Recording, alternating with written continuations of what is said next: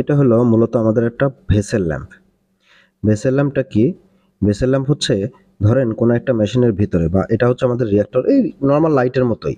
এই যে আমাদের যে লাইট দেখতেছেন নরমাল লাইটের মতো কিন্তু এগুলো এফএলপি বা এটেক সার্টিফাইড। তো এগুলো হচ্ছে মূলত যে রিঅ্যাক্টর বা বড়, বড় ভেসেলের ভিতরে যে রিঅ্যাকশন ঘটে বা মিক্সিং ঘটে। তো এগুলা ভিতরে কি হচ্ছে দেখার জন্য ভিতরে তো অন্ধকার। যখন রিঅ্যাকশন ঘটে তখন তো অন্ধকার থাকে বা ঢাকনা বন্ধ করে দিলে অন্ধকার হয়ে যায়। যেহেতু অনেক বড় ভেসেল, এটা হচ্ছে আমাদের প্রায় ৫,০০০ লিটারের মতো। তো ভিতরে কি ঘটতেছে সেইটা দেখার জন্য এই ভেসেল ল্যাম্পটা মূলত ইউজ করা হয়। এই যে আমি উপরে একটা বাটন আছে, সেই বাটন দিয়ে আমি লাইট জ্বালালাম। আর এই যে এটা হচ্ছে লুকিং গ্লাস।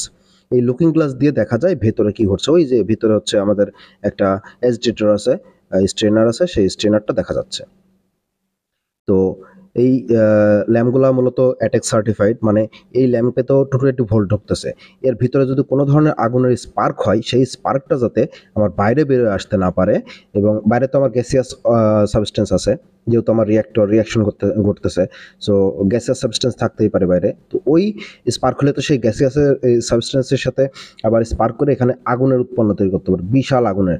আর একটা কেমিক্যাল প্ল্যান্ট মানে কেমিক্যাল প্ল্যান্টের বড় শত্রু হচ্ছে আগুন। এক জায়গায় আগুন লাগলে পুরা প্ল্যান্ট ধ্বংস হয়ে যায়। তো এই জন্য মূলত অ্যাটেক সার্টিফাইড বা এফএলপি নেওয়া হয়েছে, ফ্লেম প্রুফ। তো এই মূলত এটাই হচ্ছে ভেসেল ল্যাম্প। ভেসেল ল্যাম্পের কাজ, এখানে ভেসেল ল্যাম্পে একটা আর্থিংও দেখতে পাচ্ছেন সবুজ কালারের।